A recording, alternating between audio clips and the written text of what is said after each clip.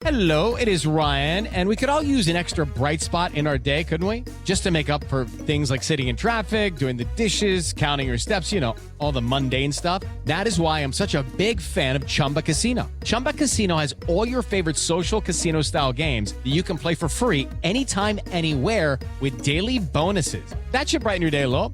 Actually, a lot. So sign up now at ChumbaCasino.com. That's ChumbaCasino.com. No purchase necessary. VGW Group. Void where prohibited by law. See terms and conditions. 18+.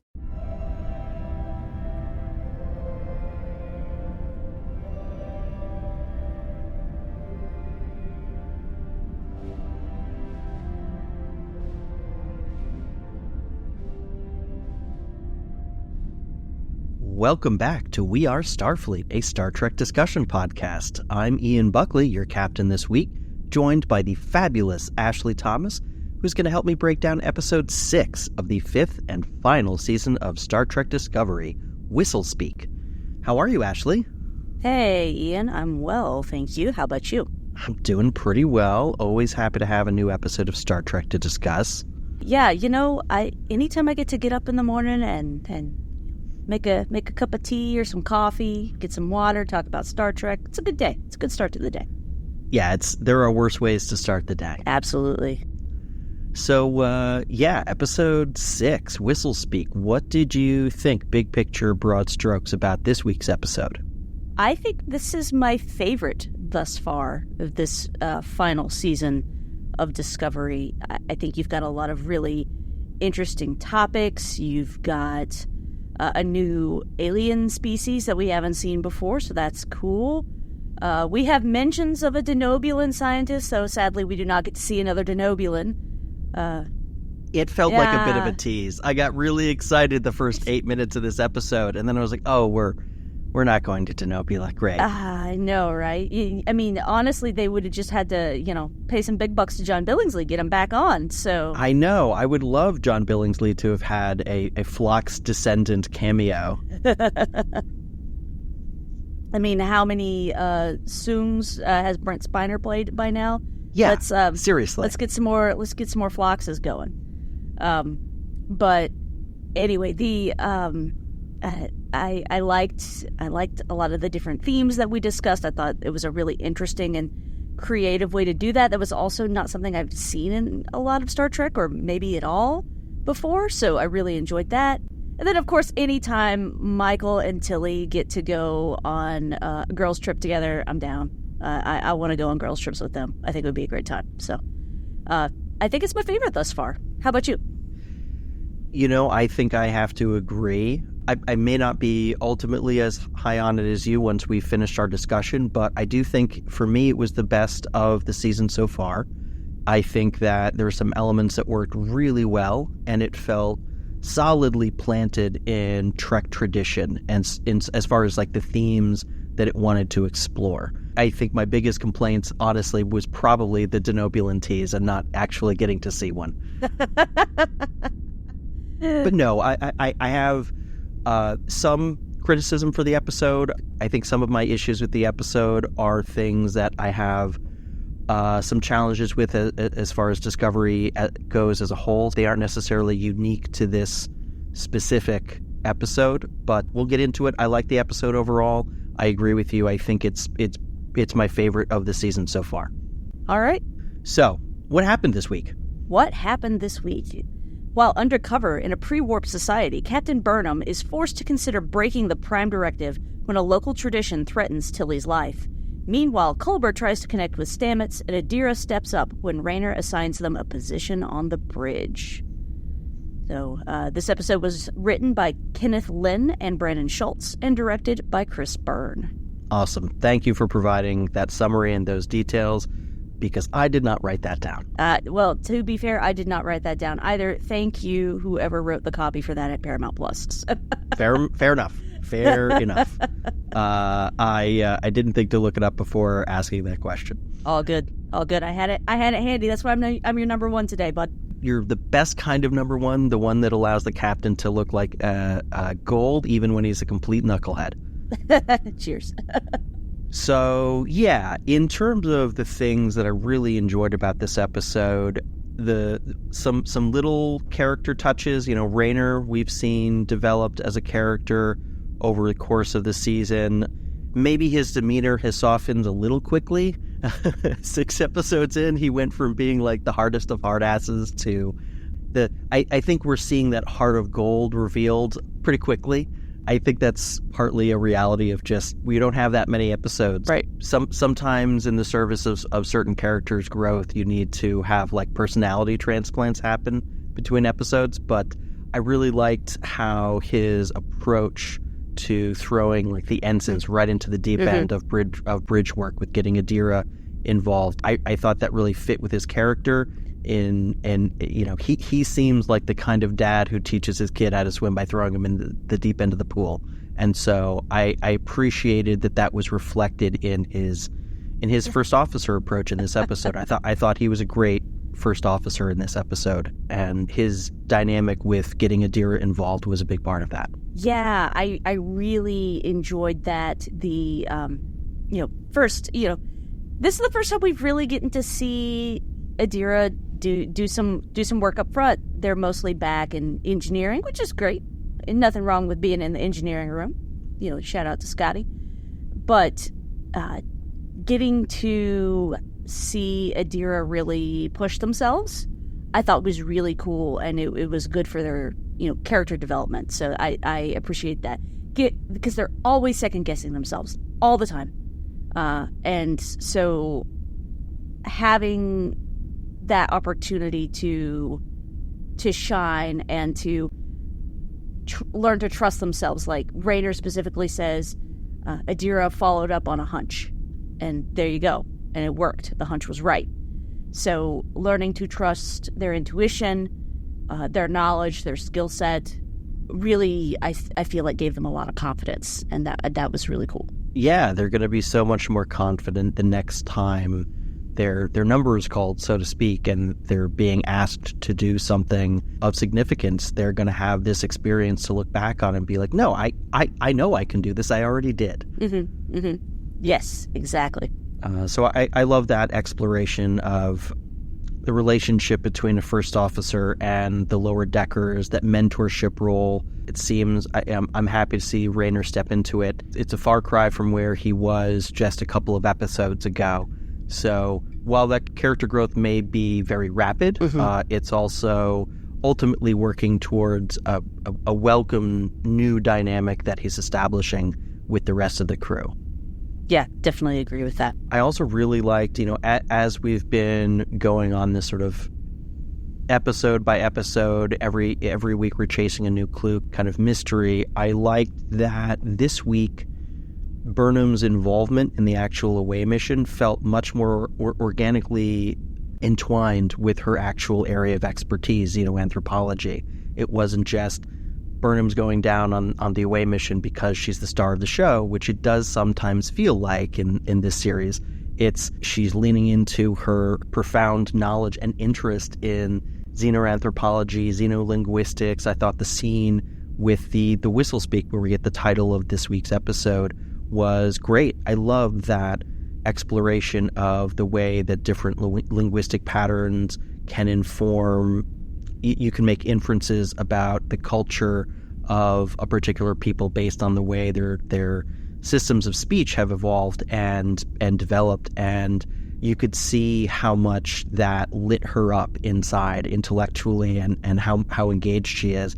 And so I really liked her engagement with the problem this week. It felt logical. It felt organically woven into the story. In my mind, there was no question of like, why is the captain going on this particular away mission? It's like, well, because she's actually an expert in this particular area. She is actually an expert in what they're going to be doing on this away mission. She's not just the leader, the captain. And her and Tilly always have a welcome dynamic on screen. So again, I was really happy to see their relationship continue to evolve. I like that Tilly is now at a point in her life where she is in more of a leadership position, and she's she's talking to Michael. Yes, she's a subordinate, but she's also talking to her as more of a peer than she was when the relationship began. Think about how the relationship began all the way in season 1. And now she's basically said, like, I've got this professional conundrum where, like, these students are coming to me and I don't really know what to tell them in this circumstance. And that's my problem that I'm dealing with. It's just an adult professional conversation between peers and friends, and I appreciate that glimpse into the evolution of their relationship too. Yeah. Michael and Tilly's relationship is one of my favorite things, if not my favorite thing about Discovery. I love their friendship. Just watching them make each other better. Michael, I think, really has helped Tilly with her confidence, but also, we've seen Tilly, kind of do that thing that Adira has done in this episode. Last season in episode 4, where she goes on the away mission that goes awry with all these cadets. We watch her go from that and grow through that experience to now she's in this teaching, this mentoring role. I mean, this is going to sound really dorky, but if you're into personality kind of types and things like that, on the Enneagram, I think Tilly is an 827, which is my type, which is why I part of the reason I think that, but also because this is how my brain works as well. 827s really love mentoring and leading and caring for those under their wing. And even with Rava, who is not her student, not someone that she's known for any imaginable length of time, we see Tilly really just like snatch her up and pull her alongside of her, especially when they're running this race. Like, she's like, you're a little shit, and just tease her when she's like, not quite all there, because she's exhausted from this race. But seeing those little personality glimmers shine through, right? Oh man, I really loved that. That was really, really enjoyable to watch. Really great performance there from Mary Wiseman. Love you, Mary. If you're listening, be my friend.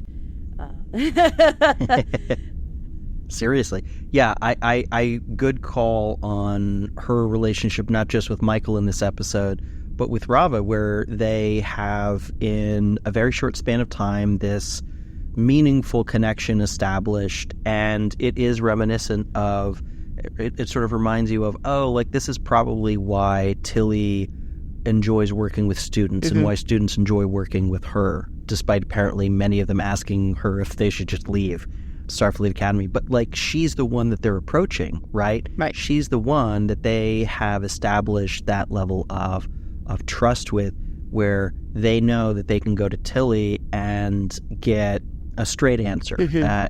She's someone who they can really trust to give them not just the sort of company line that they might get from other instructors at Starfleet Academy, but they really trust her to have their best interest in mind as a person. And I think that her quick connection that she establishes with this new character speaks to that success that she has developing those relationships.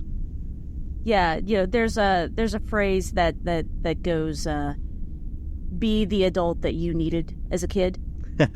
Sure. And I think in a lot of ways we see Tilly being that adult that she needed as a kid. She had kind of a tumultuous relationship with her mother and didn't really feel supported, and she needed an adult, a parent or a mentor to help her to feel more confident in herself. And we see Tilly doing that for not just her students, but also for Rava, who she just met. I really love that. And I think Tilly really embodies that idea of be the adult you needed as a kid. For sure. And I think that as she has grown in her confidence and her competence with respect to basically everything she throws her, she started the series as a cadet, right? She was just a wee baby Starfleet cadet, and now she's an instructor at Starfleet Academy in the 32nd century. She's gone through so much. She's changed so much. So I like that she still is able to she approaches the world with a learner's mind. She's still so eager to grow and to learn and to change and to be the best version of herself for others. She's definitely got that caregiving, mentality, but also for herself. And it's good to see her now in a place as a character where she has maintained that desire to grow, to change, and to learn, but has cast away a lot of, not all of, but a lot of the deep self-doubt and lack of confidence that she had when she first, she was a fluttering leaf. She was very nervous when we first meet her in season 1. And now, even when she's expressing doubt, even when she's expressing concern about, I don't know how to tackle this problem, there isn't the same air of panic in the way that she's communicating challenges that she's going through. So I do like, even when it's not communicated necessarily through specific dialogue, but through characterization and how she's performing, we see how much she's grown and changed. Right. And, I think about this race. Think about in was it season 1, season 2, where Michael and Tilly are doing training in the ship. Yeah, right, running through the corridors, They're running through the corridors, and Tilly's, dying. Yeah. And she wants to stop. In this, she uses Newton's first law of motion as a liturgy. Body in motion tends to remain in motion. And so she just keeps going, even though she is clearly exhausted. This is not her jam. I don't blame her. Running sucks. Props to our co-host Mike, who is a runner, because I can't do that. Yeah, I too liked the Newtonian liturgy, as you put it. The also, body in motion stays in motion. Body at rest stays at rest for a while. She doesn't want to stop. Well, you should, right. No, I can't. Body at rest stays at rest. I can't do this. Can't do this. We got to maintain momentum. I did like that. And of course the moment that you alluded to earlier, where she hears, and the audience gets it right away once they say, you can't cross the finish line with an empty vessel. It's like, oh well, Tilly obviously has some, so she's gonna come to the rescue. But it's still a wonderful moment, and I think that they play it well, and it all makes sense from a characterization perspective. And the Tilly and Rava in the temple stuff worked really well. I thought the twist was effective. We've seen this kind of thing before in Trek. The unintended consequences of intervention, especially with the pre-warp civilization. There's a reason we have the Prime Directive in general, even though we see it violated here, but we see that all the time in Star Trek. Belief systems can grow like weeds around the remains of ancient technology, and entire structures of superstition and even blood sacrifice built around this piece of technology that just isn't understood. And with Lucky Land Slots, you can get lucky just about anywhere. Dearly beloved, we are gathered here today to... Has anyone seen the bride and groom? Sorry, we're here. We were getting lucky in the limo and we lost track of time. No, Lucky Land Casino, with cash prizes that add up quicker than a guest registry. In that case, I pronounce you lucky. Play for free at LuckyLandSlots.com. Daily bonuses are waiting. No purchase necessary. Void where prohibited by law. 18+. Terms and conditions apply. See website for details. Hey guys, it is Ryan. I'm not sure if you know this about me, but I'm a bit of a fun fanatic when I can. I like to work, but I like fun too. It's a thing. And now the truth is out there. I can tell you about my favorite place to have fun. Chumba Casino. They have hundreds of social casino style games to choose from, with new games released each week. You can play for free anytime, anywhere. And each day brings a new chance to collect daily bonuses. So join me in the fun. Sign up now at ChumbaCasino.com. No purchase necessary. VGW. Void where prohibited by law. See terms and conditions. 18+. I thought Michael did a good job too at the end of navigating those that conversation that she has with this religious leader about beliefs evolving over time. And it might surprise you to learn that in fact blood sacrifice is not so popular as you might think. All the stuff with Tilly and Rava, comforting each other, Rava's evolution from this devout. I'm here to like sacrifice myself to the gods. This is noble. This is a great thing that I'm doing. To the horror at the end of no, actually this is bad. I don't want to die. This is bad. We should be doing this. What have I done? I'm stuck. I'm trapped. I thought that emotional journey was really compelling for me too. Yeah, and so I came at that a little differently. Found it just as compelling, but I found it compelling because I'm a Star Trek fan and I'm also a person of faith. Like, I'm a Christian, and I personally have never really found science and my religious beliefs to be incongruous. And this is the first time in Star Trek where I felt like, oh, there's a place at the table for you too, as a person of faith. I thought that was really cool, and I'd never seen that before. And so I personally really liked how Michael navigated that. First of all, when she says, I am not a god, I can't stop thinking about Ghostbusters, and I'm sure you did too. When somebody says you're a god, you say yes. But no, Michael didn't do that. Yeah, no, I thought that was, I'm glad you found it interesting for that reason. I'm a little curious, what about your short-haired queen Kira? She's a profoundly, deeply spiritual character, and her journey is a huge part of that science versus religion thing is a huge part of her storyline in Deep Space Nine. Yeah, no, and I agree. I would say, I think with Kira, it's because I do like that about her character. For whatever reason, it hit differently for me with this, and I'm gonna have to think about that a little more to figure out why this hit me more. Sure. Than Kira's journey did, because I do really like that too. But I think the way this is phrased, the way Michael says it, she says, "Nothing we have shown you means that gods don't exist. It's just now that you know there is also us." Right. I think that is a really interesting way to think through all of that and kind of leave some more open space, Yeah.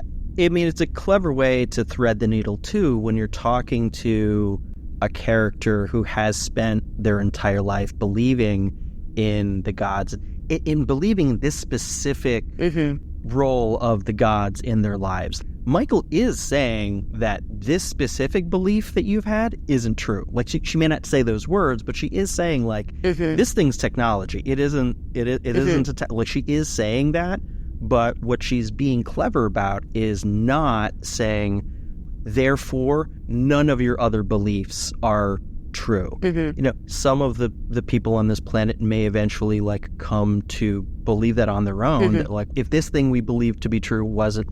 Maybe other things aren't too, but what Michael isn't doing is saying that. She isn't saying yep, just because we proved that this thing wasn't a part of your long-standing belief structure doesn't automatically invalidate every other aspect of it. Because I think if she did take that more heavy-handed, sweep it all off the table right away approach, she would have gotten more resistance from him. I mean, again, she's already violating the Prime Directive, but I think she does a reasonable job of not going even farther than she absolutely has to resolve this particular situation.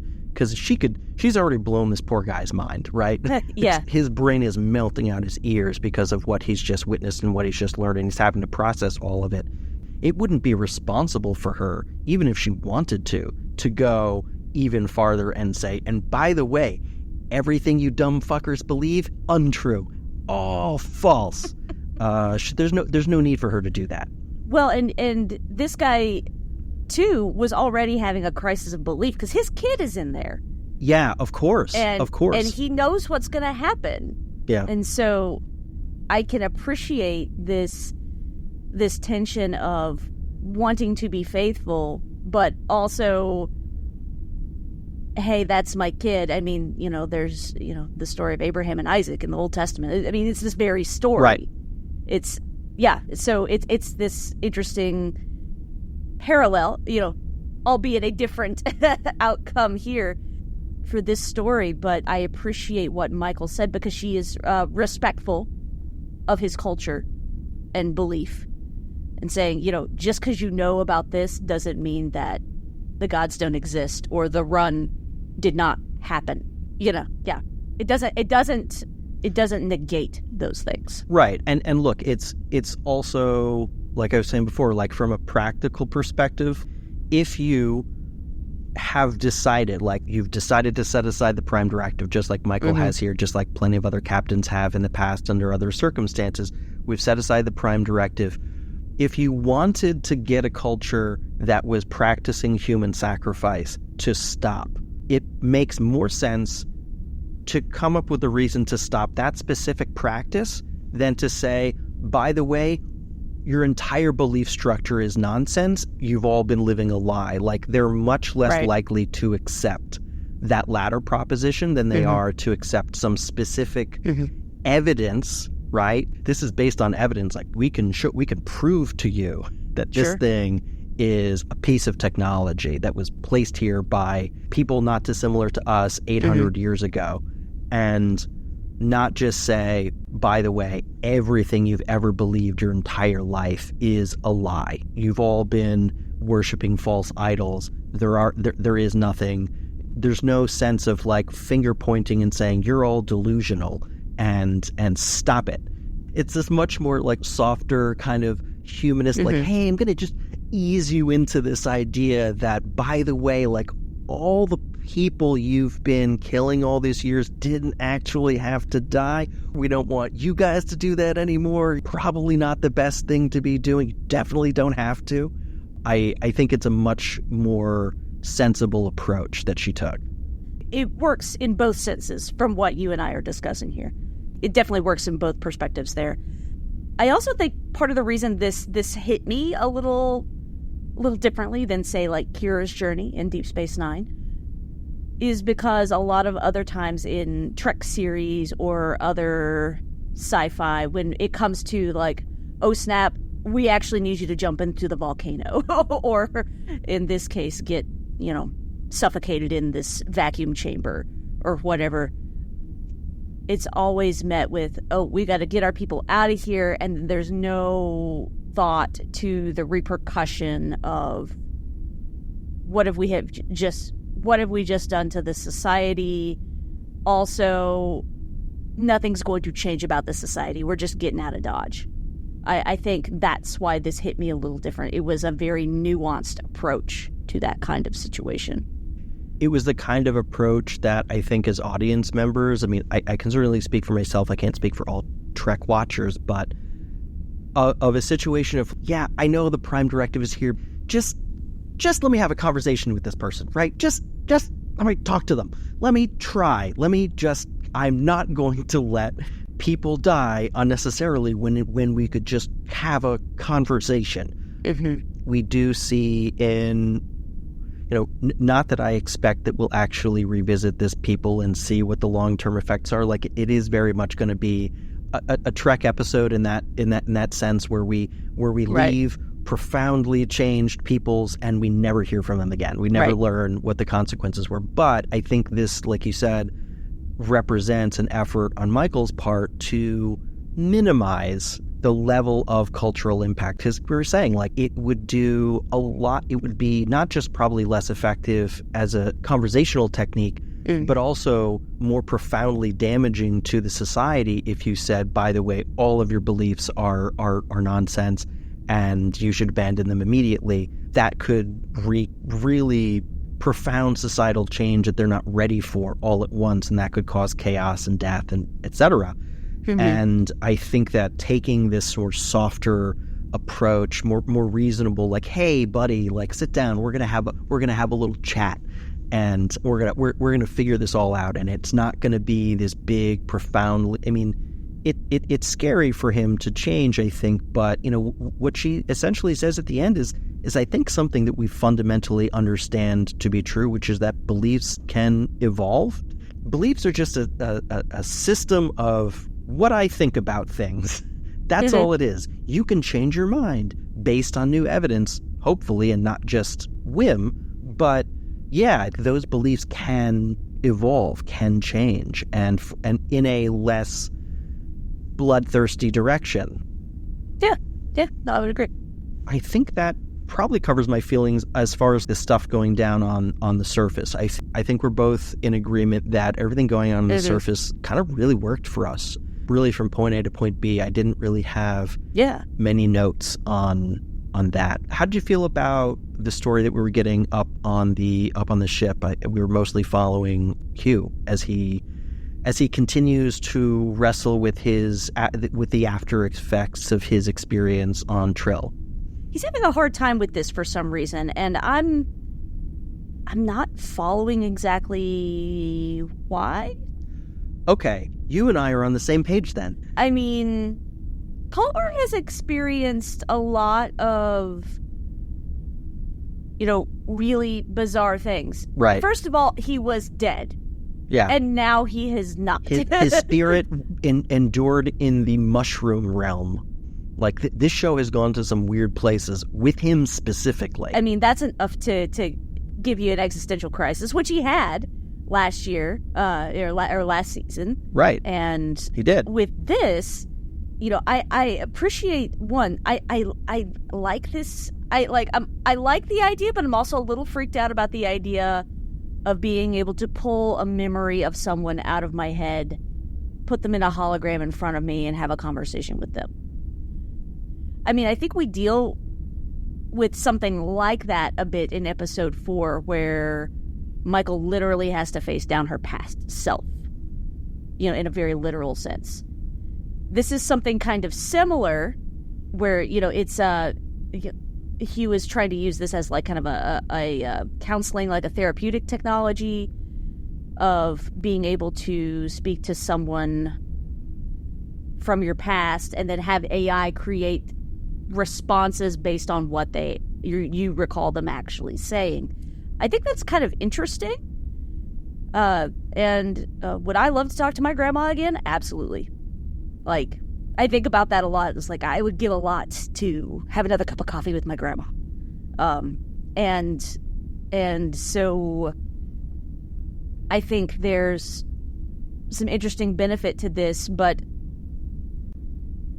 you've got this interesting dichotomy of him trying to find a scientific solution for something that is not necessarily scientific. It's spiritual, it's emotional. And, the point where the man's all like, I need a brain scan. Let's make sure my brain is fine. I don't know. I'm trying to figure out what to make of this. Like, I think he's using the wrong tools for this kind of problem. I don't know. What do you think? I agree. I think his desire to explore the feelings he's having, makes sense. Honestly, the best part of this journey was his last scene, for me, was his last scene with Book, where he's having this conversation. He actually opens up about, finally, 53 minutes into the episode, into more specifics about what his feelings have been. And Book points out that people have a bad habit of thinking that things are less meaningful when it's only something that's personal to themselves. And I thought that was like good insight. I thought that this was a conversation that Hugh should have been having with a counselor at some point or earlier in the episode, for sure. I mean, we really only get this further explanation about what's been gnawing at him at the very end, and and then the episode ends, and it feels like we didn't really get a full exploration of like what's really going on. Like, he's so vague about this feeling, this sensation that he has. I was surprised. He's been a counselor to so many, and when he's going through this existential journey, we never once even see him consider talking about his feelings to a professional. The most he's willing to do is talk to this like experimental AI technology, which is, Hugh, that's not the same. You know this. You're a doctor. You've done this. You know that's not the same as talking to a licensed professional. Nothing that he describes is anything that couldn't have a psychological explanation or even like a chemical one. I'm sorry, but when he's talking about feeling more connected to people, he's so vague about it. Like, the wording that he chooses is indistinguishable from anyone who has had a good experience on hallucinogens would tell you. Like, honestly, I can tell you from personal experience, yeah, you feel much more profoundly connected with other people in the universe at large, and that feeling lingers after the chemicals have left your system. He never once considers that as like a possibility that, like, yeah, you had experiences that could have like rewired your brain. That wouldn't show up as a problem with your brain. The things that he's undergone could be explained like neurochemically, and like they wouldn't show up as problems because they're part of the normative experience of being a human. Yeah, I think that's a great point. I love what Stamets says. You have a perfectly healthy and handsome human brain. Yeah. I love that line. I do too. So I wrote it down. It's like, oh, that's adorable. Yeah. So, yeah. Like, it makes sense that you would feel like connected to your fellow man or woman, fellow people, fellow species. Once you learn that, like, oh, we all share a common ancestor, that's something that I feel as a human when I learn about evolution in school, and I learn that we all come from common ancestors, and these idiotic things we decide to use to divide ourselves are just that. They're foolish and they're arbitrary. Of course he feels a similar way learning that a progenitor alien species created all complex life in the... Yeah. You would have some thoughts and some feelings about that. It didn't feel like enough to build a B-plot around. It didn't feel like there was anything specific enough in his struggle that I could really grapple with for more than a couple of scenes, because it just felt like a very surface level exploration and explanation of what he's been going through. And I feel like Hugh knows better.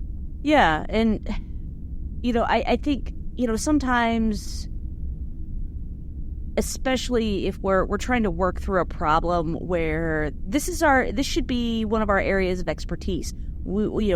I should be able to figure this out. Why can't I figure this out? And you get up all in your head about it. I think maybe the answer is just what Paul says: is enjoy your spiritual experience. Right. Like, let it go. Yeah. If you can't figure it out, enjoy it. Because what you're explaining is a feeling, and a feeling. Judy was boring. Hello. Then Judy discovered ChumbaCasino.com. It's my little escape. Now Judy's the life of the party. Oh, baby, mama's bringing home the bacon. Whoa, take it easy, Judy. The Chumba life is for everybody. So go to ChumbaCasino.com and play over 100 casino-style games. Join today and play for free for your chance to redeem some serious prizes. ChumbaCasino.com.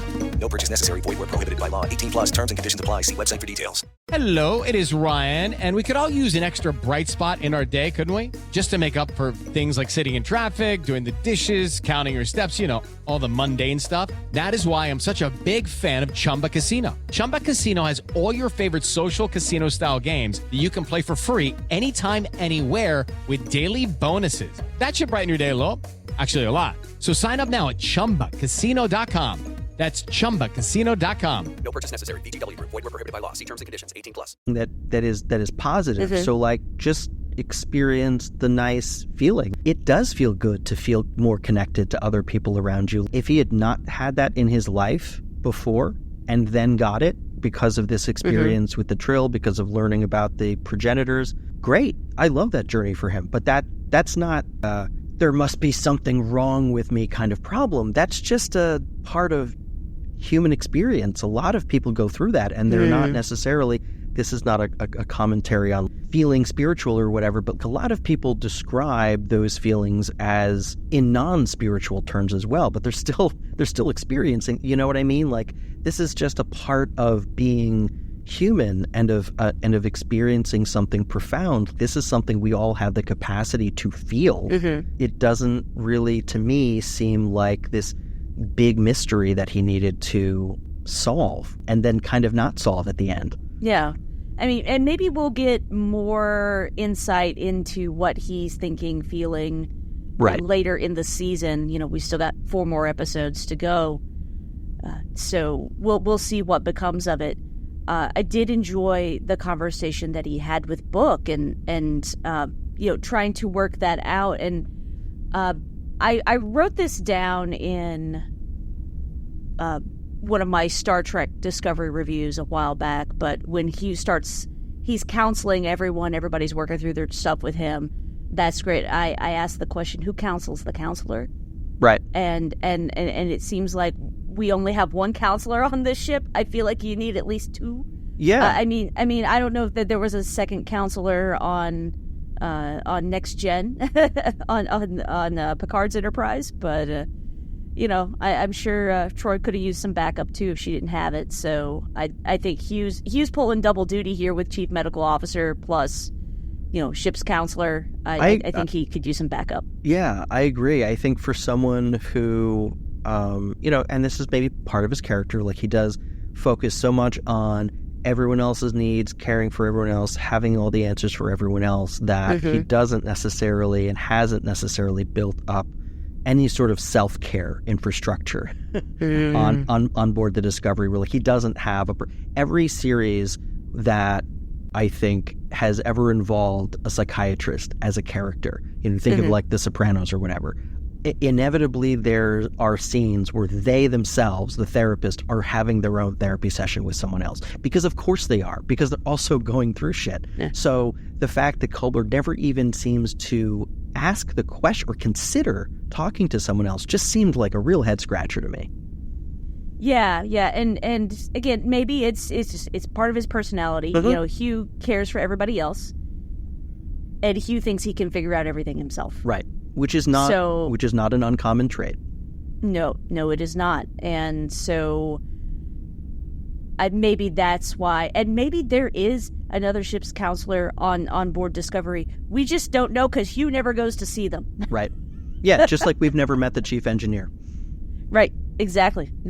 So, any other notes about the episode itself that you wanted to share, get into? There's been plenty to discuss. I'm just curious if there's anything else you want to chat about.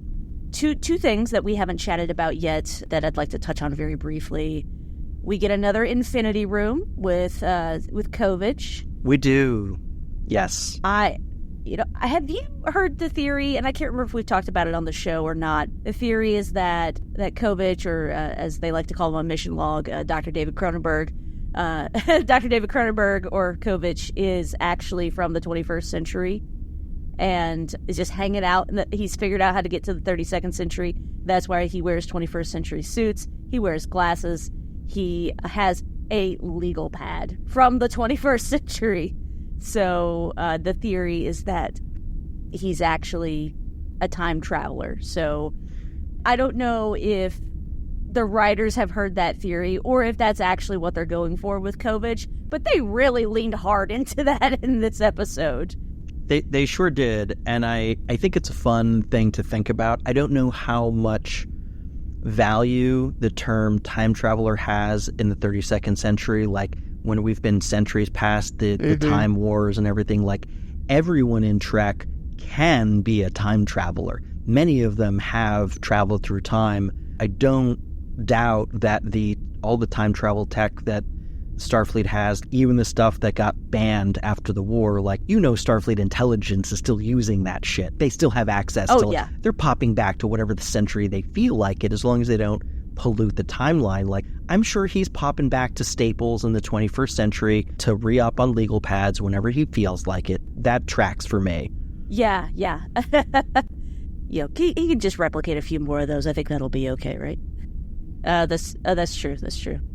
Oh, he says it's not replicated. It's the genuine article. He's just popping back to whatever time he feels like it. He's probably got a TARDIS in the back room. Classified Starfleet intelligence technology. It's just, you think about the governments of today, like, all the stuff that is publicly known, all the tech they have that's publicly known is like 20, 30 years old. They've had it for decades, and now they've got stuff that you've never even heard of and won't for another 20 or 30 years. It's the same stuff with Starfleet intelligence on a grander scale, I'm sure. Another thing that I had in my notes that I thought was very silly is that Book seems to be playing some sort of vector graphics game that I can only describe as a hybrid of Battlezone and Asteroids. Battlezone in that, it's first person, and Asteroids in that there's asteroids coming at you. Those are asteroids coming at you. Yeah. Very funny. Are we... I know that it's so hard to envision 32nd century video game technology, what would it be? But we've already got VR headsets now, and AR. Future 32nd century video games need to be really bonkers and out there. The holodeck, but more things. Yeah, with it, like add some spice to that. Right. Yeah, exactly. I mean, I think the fact that now all the rooms are apparently holographic, or at least the big staterooms are, you could, like have a lot more flexibility in terms of how you entertain yourself in your room. Yeah. Well, as a curmudgeonly retro gamer who really likes asteroids and Battlezone, I get it. I thought that was great. I think it's very funny. Star Trek is just always going to be obsessed with. How can it not be? It's always going to make references, be obsessed with the 20th and 21st century because, of course. And really too, like historically speaking, those vector graphic type games, which appeared to be what Book was playing, have always lended themselves well to space kind of things. So I mean, you have the Atari Star Wars vector graphics cabinet. I know there's a Star Trek sit down cabinet, but I've never gotten to play it. So I didn't know there was a sit down cabinet. I've never seen that. Yeah. I forget the name of the game. I want to say Star Trek Fleet Command or something like that. That's a mobile game. Star Trek. Was it that era of 80s arcade, or is it a more recent cabinet? It was like a 80s era. Cool. I just googled Star Trek arcade game. So there is a stand up. I miss arcades. I do too. I say I do too. I literally live 5 minutes from a barcade, and I go there. Yeah, as often as I can. I know those exist, but I mean, you know what I mean, like the old school, like proper arcades with like 1,000,001 cabinets. So it was called Star Trek Strategic Operations Simulator. It was released by Sega in 1983. It does use color vector graphics for both a 2D display and a 3D first-person perspective. Fancy. Yes. That is a that's it within the Star Trek, canon-ishness memory data on that one. But yes, I haven't ever played that game, so if you folks were watching and were like, OMG, that was definitely Star Trek Strategic Operations, let us know. Let us know if that was actually what Book was playing, or if he was just playing some cool asteroid Battlezone type game. Yeah. Yep. Love it. All right. Anything else? No, sir. I believe that was what I had in my notes. Did you have anything else in your notes that we didn't chat on? No, not specifically. Before we part, I do want to just get some thoughts that you may have about the news that we got about the cancellation of Lower Decks. Obviously, they tried to wrap that turd in a nice season 4 of Strange New Worlds got renewed package, but it's still very much a turd. Well, funny you should mention that. I actually wrote an article about that on Fangirlish. It should be up by the time this podcast goes live. But yeah, get your plugs in. Entitled the article "The Emotional Whiplash of Star Trek Fandom." So the short version is very hype about a 4th season of Strange New Worlds. I hope that's not the last. Surely not. But then again, we all said surely they won't cancel Lower Decks. Animation is so much more cheaper to produce than a live action Star Trek series, and everybody loves Lower Decks. And lo, we canceled it. So right. Never say never. Lower Decks, very sad about that. Lower Decks, I wasn't all in until the last episode of the first season. I was like, okay, now I get it. I get what you're doing. I love it. And Lower Decks, the past couple of years, like every single episode has made me laugh. Yeah. And a lot of the episodes have made me cry. So I'm like, this has no right to be this good, and yet here it is. It's great. It's so good. So I am very, very disappointed and truly befuddled about the whys. I mean, from where we're sitting on the outside looking in, it doesn't seem logical since it's less expensive to produce. It's popular. People love it.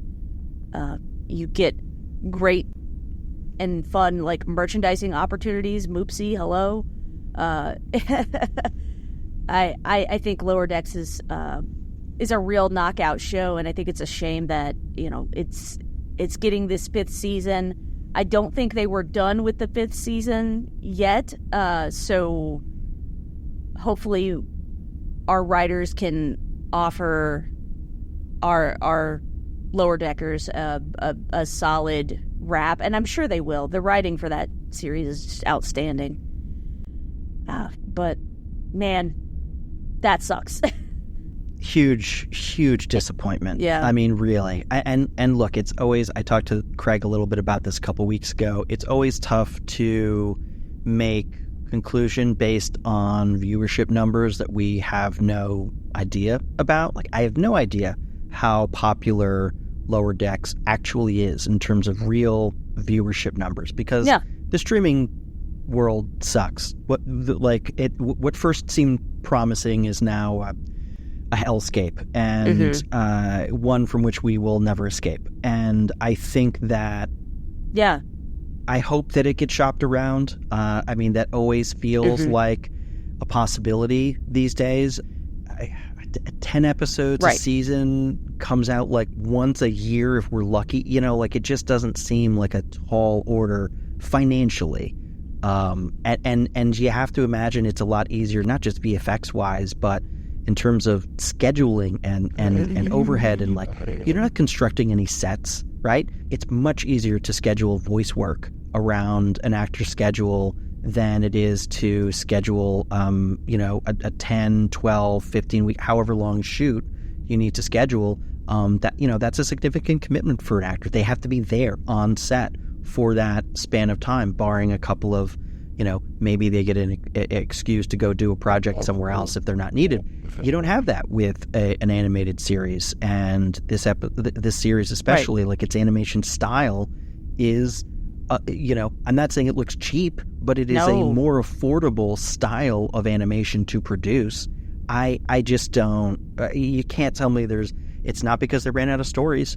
I really think it's just a sign of internal unease at Paramount about a lot of things. Obviously they renewed Strange New Worlds, which has to be much more expensive to produce. So, and I'm not objecting to that.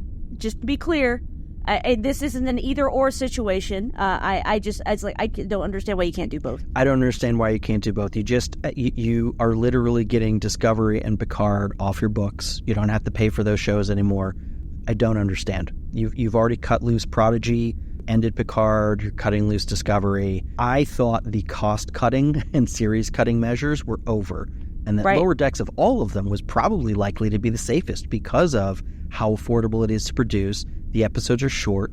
All Trek fans pretty much universally seem to love them in a way that is not true necessarily of every new live-action Star Trek show. So I truly don't understand. I don't even think it could even be viable for, like, broadcast or cable. I mean, I don't get it. This could be like an Apple TV Plus show. I don't understand. Like, it could go somewhere else. It should go somewhere else. I think it's got more to do with the behind the scenes at Paramount than anything else. But again, without knowing exactly how popular these shows are and how that translates into real dollars and cents, like, I don't think people sign up for Paramount Plus for a series like Discovery or a series like Strange New Worlds in a way that I'm not certain they do with a series like Lower Decks. Lower Decks feels like a plus show in the sense that, oh yeah, like I watch Strange New Worlds, and since I already have the subscription, I also check out Lower Decks since I have Paramount Plus. Like, I don't know for a fact that that's true, but I suspect fewer people are subscribing just to watch Lower Decks than they are for Strange New Worlds or Discovery. So I don't know. Maybe that's all that matters in the streaming era, but it's disappointing. My question for the powers that be at Paramount is this: while Star Trek doesn't have like the more mass appeal like something like Star Wars does. Star Trek has a 50-plus year fan base, and we may not be as loud as Star Wars folks are sometimes, but we show up. Like, I went to Rhode Island Comic-Con in 2019, and that was a big year for Trek fans because you had most, if not all, of the living members at the time from original series there. You had Nichelle Nichols, you had Shatner, you had George, you had Walter. Like, so you had those four, if I remember correctly. And then you also had Kate Mulgrew. You had, I think there was another Trek person there, and I don't remember who it was. I was going to meet Kate because Kate, Captain Janeway for life. But what shocked me when I went to that con, I'd only been to it once before the previous year to meet Gwendolyn Christie, who needs to be in Star Trek at some point. Please and thank you. Hello, it is Ryan, and we could all use an extra bright spot in our day, couldn't we? Just to make up for things like sitting in traffic, doing the dishes, counting your steps, all the mundane stuff. That is why I'm such a big fan of Chumba Casino. Chumba Casino has all your favorite social casino-style games that you can play for free anytime, anywhere with daily bonuses. That should brighten your day a little. Actually, a lot. So sign up now at ChumbaCasino.com. That's ChumbaCasino.com. No purchase necessary. VGW Group. Void where prohibited by law. See terms and conditions. 18+. What shocked me was that it wasn't just like 20s and 30-somethings at this con. There were 60 and 70-year-olds at this con dressed in full Star Trek uniform in line to go meet the TOS folks. Star Trek fans show up, even if we're not, and we've got this long history of fandom. So I think, one, you're shooting yourself in the foot by not investing in these Star Trek properties. But two, I think you're also shooting yourself in the foot because not everybody has the funds to pay a premium to access them on a streaming service.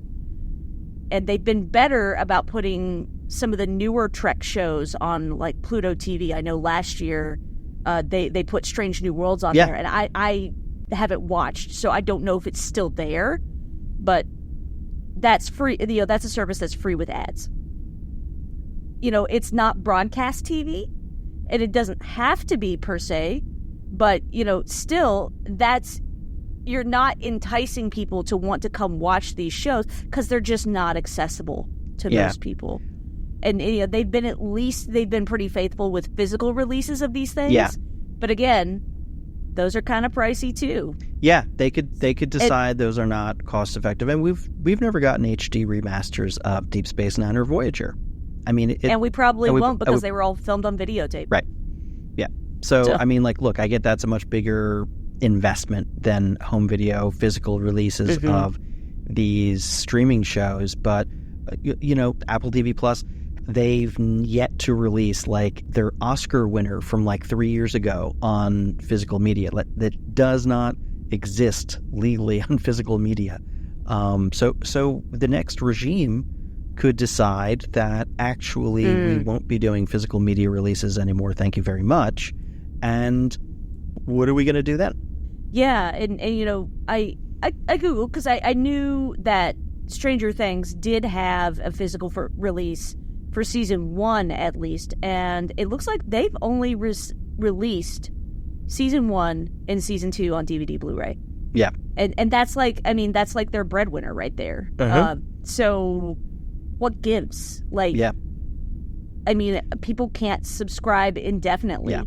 Well, they do want that. Like that is what they want, is for them to subscribe indefinitely. Of course, that's what they want. I mean, that was originally why they said, we're going to have a new Star Trek episode every week, because they wanted people to literally never cancel their subscription because they would miss out.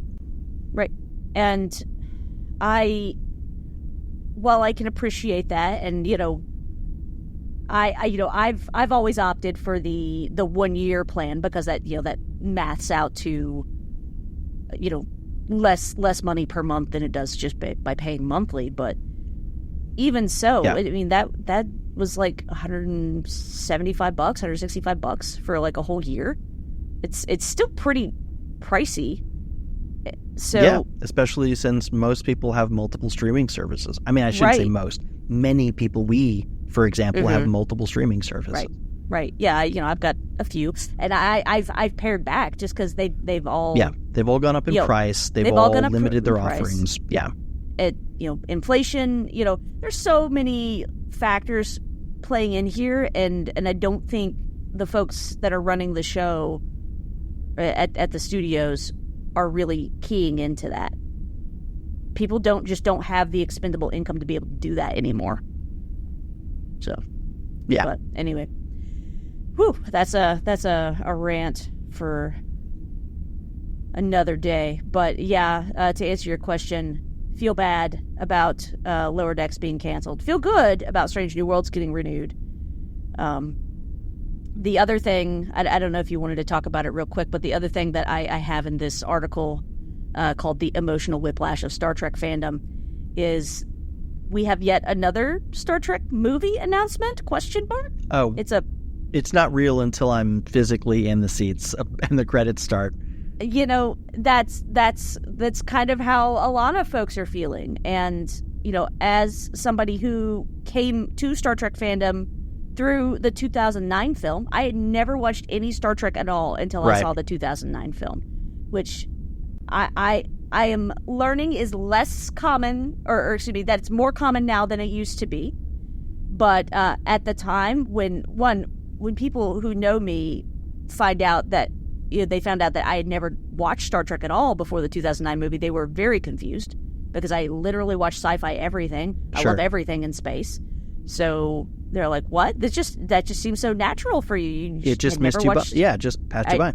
Yeah, just and it can be intimidating when you. Yeah. I don't know how you felt about it before you watched the 2009 movie, but you think about like there's 900 episodes of this stuff. Like there's how many movies already? Like I can't possibly get. Although you did eventually get all caught up.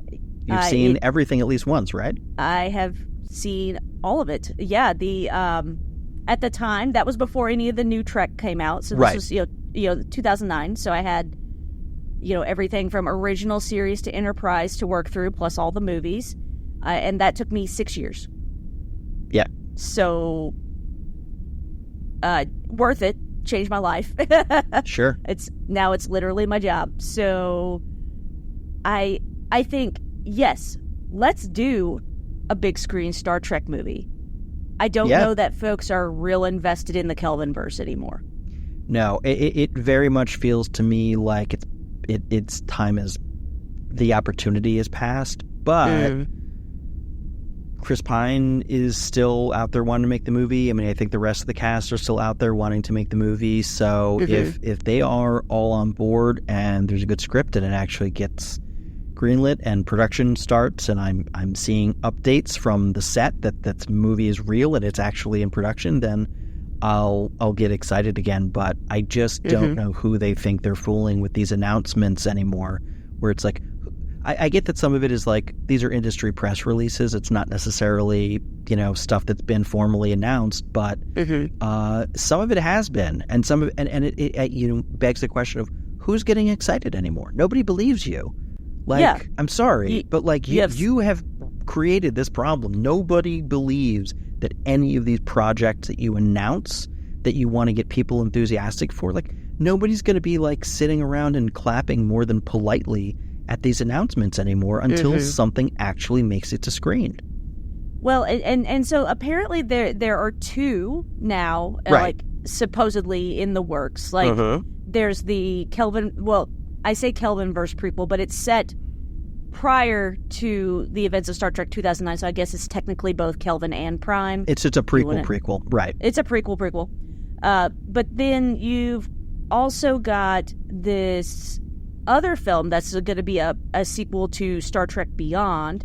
Right. That will be proper Kelvinverse sequel if it gets made. Yeah, so that one's supposed to be written by Stephen Yaki, who I was not totally familiar with until I was doing some research for this article. And then the prequel film is got J.J. Abrams set to produce. Toby Haynes is the guy who did Andor. He is directing the film.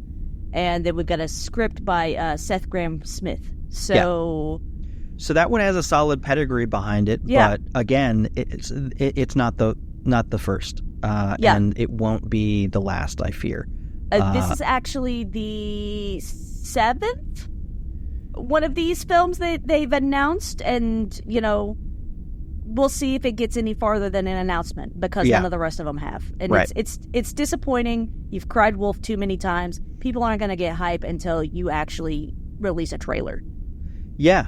Honestly, until we see casting announcements and production news about production having begun, it is literally impossible for me to get excited about any of these projects that get announced anymore. I was on board for the first 3 after Beyond that got announced, and now I'm so jaded. I'm so over it. I'm like, show me. Stop talking about it. Make it in secret at this point. I'm so over the cycle of supposed intended excitement and then disappointment. Right. I think if it were me putting on my director's hat, what I would want to do is, because I don't think people are as invested in the Kelvinverse, I think, why don't you go with what's working right now in Star Trek and TV and make it a Strange New Worlds movie? Yeah. I would watch the crap out of that. I mean, it's Star Trek. I'm going to watch the crap out of it. But I would go to the theater multiple times to watch Strange New Worlds movie. Yeah. Yeah.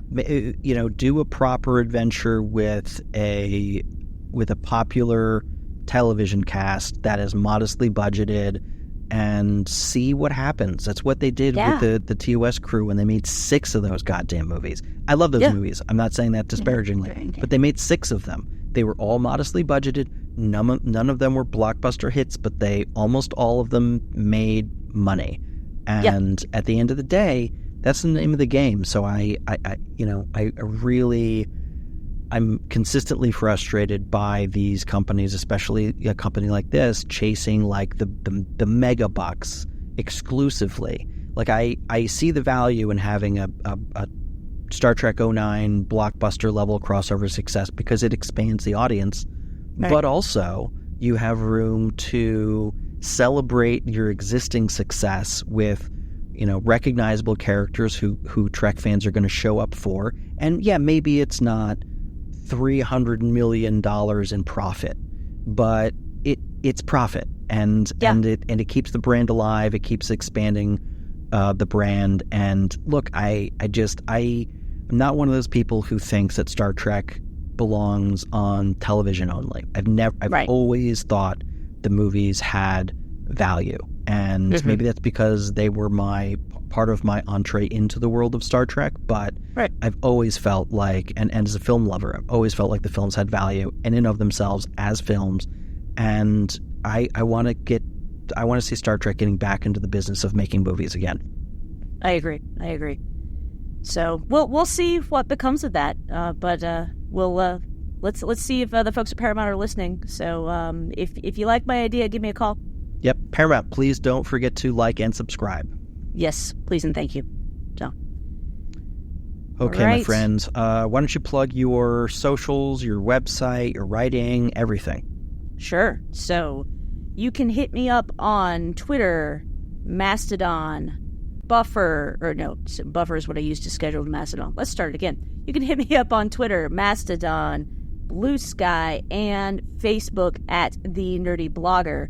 You can read my words on my blog, nerdyblogging.wordpress.com. You can read my words on fangirlish.com, where I write about film and television, mostly Star Trek.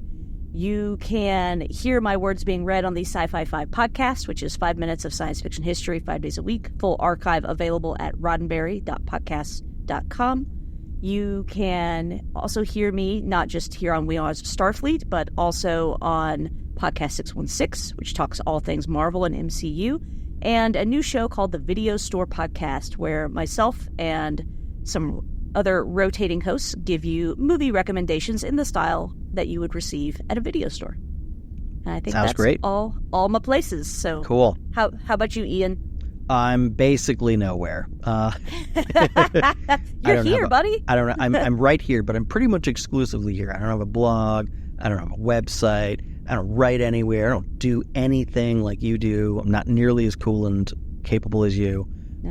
You have better hair, though. I do have pretty fantastic hair.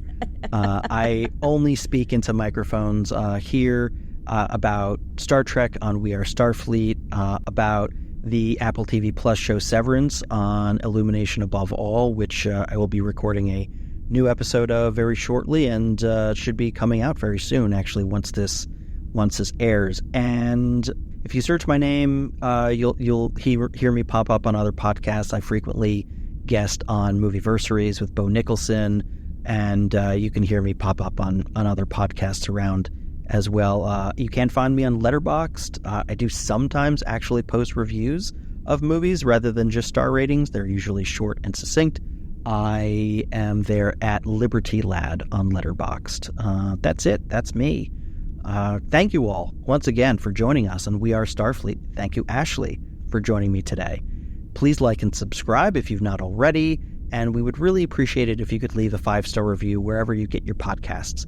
Please tune in next week and every week as we embark on one last journey with the Discovery crew.